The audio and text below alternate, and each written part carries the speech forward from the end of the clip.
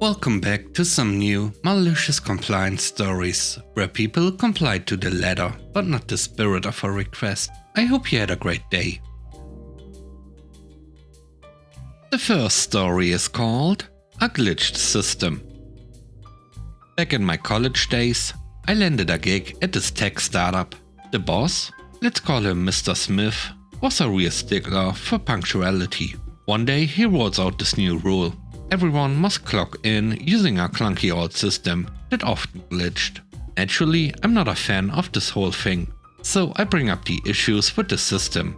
But Mr. Smith just brushes it off, saying it's foolproof. Alright then.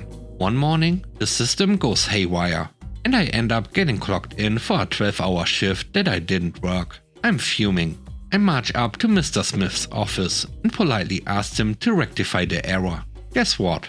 Mr. Smith smirks and says, "Sorry, rules are rules. You were locked in. You gotta stay for the shift." Now, I'm not one to stir up trouble, but this was crossing the line.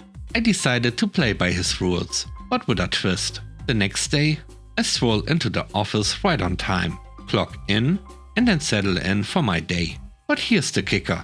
I brought in a foldable mattress, some snacks, and a bunch of books. For the entire 12 hours, I made a cozy spot right by my desk, lounging on the mattress, munching away, and diving into my favorite novels. Colleagues passed by, chuckling, as Mr. Smith's jaw dropped when he saw me chilling in the office.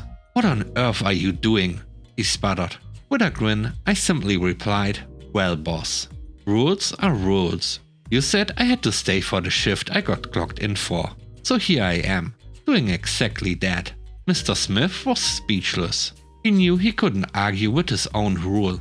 Eventually, he gave in and corrected the mistake in the system. From then on, he became a bit more lenient with the whole clocking in shenanigan. It was a win-win. I got a day of leisure, and the office got a lesson in the importance of listening to employees. Plus, Mr. Smith lightened up a tad after that. Sometimes a bit of cheeky compliance can lead to positive changes, you know. The next story is called Legally Enforceable. I'm renting an apartment from a company whose renting agents are somehow all unprofessional, late, and kinda slow. As I've told my landlord I'll be moving out, they instructed their agents to find a new tenant for the apartment. The way it worked, the agent would email me with a proposed date and time, and I would confirm that I'll be in at that time. I've got a cat, so I insisted on being present during the viewings. The agents never had keys. I think that's because the landlord's office is at the other end of the city, and they can't be bothered to drive an extra hour each time there's a viewing to pick the keys up and then drop them off, so they relied on me to let them in each time. Apart from a couple of unannounced show-ups, followed by passive-aggressive emails about the messy property, all was well until a week ago. The agent emails me, saying they've got a viewing on the 13th. I respond, saying, "I've got work that day and won't be able to do the 13th. She simply replies, "If you won't be able to accommodate this request, I'll ask the landlord for a 24-hour notice of entry, which is legally enforceable." Okay, do that. The day comes and I get a call. "We are downstairs. Congratulations, but I'm not home. I hope you brought keys this time." I wish I could see her face then. We went back and forth a bit. She tried to threaten me with legal action, to which I just replied that I don't object to them entering. They are unable to enter through their own negligence, and I have nothing to do with it. Naturally, I got an email from the landlord, asking me to be more cooperative next time, which was promptly ignored.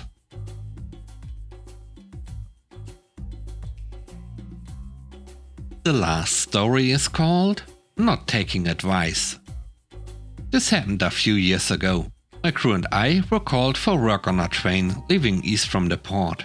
While doing our paperwork at the start of the day, I noticed through our live train tracking system that a westbound train was about 30 minutes travel time out from the yard, but only had 1 hour left on their federal hours of service, which absolutely cannot be exceeded. They also had 12,000 feet of traffic to the yard, which alone takes 1 to 2 hours to complete. As soon as I realized this, I called the local manager, called a TM. Now, I had 13 years of seniority at that point. The manager had spent 6 months as a trainee railroader before switching to management.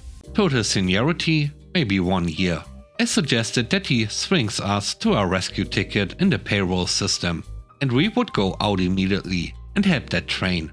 Normally, this would entitle us to a 2-hour off-duty spacing between tickets, and up to 8 hours rest if we wanted it. But we offered to decline that to help the other crew. He immediately declined, and confidently explained that the crew was just fine, and they would be setting half the train out en route at a storage track. That move takes even longer than yarding in the port, due to track clearances and stuff needed to allow the moves. I just shrugged, hung up the phone, and continued with my paperwork. It turned out that, even if they had the time on their clock, that track had unreported cars in it, so the TM frantically tells them to make a run for the port. During this time, we had gone out and started working on building our own train.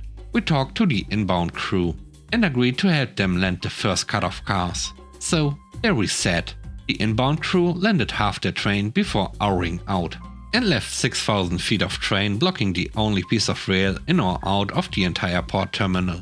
TM then calls us on the radio. "Hello crew, I need you to go down and pull that second cut in to clear the rail. Okay?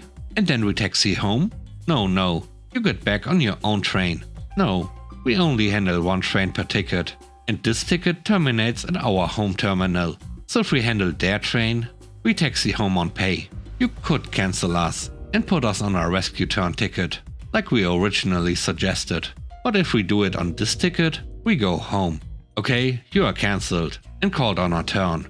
So you are saying we are cancelled?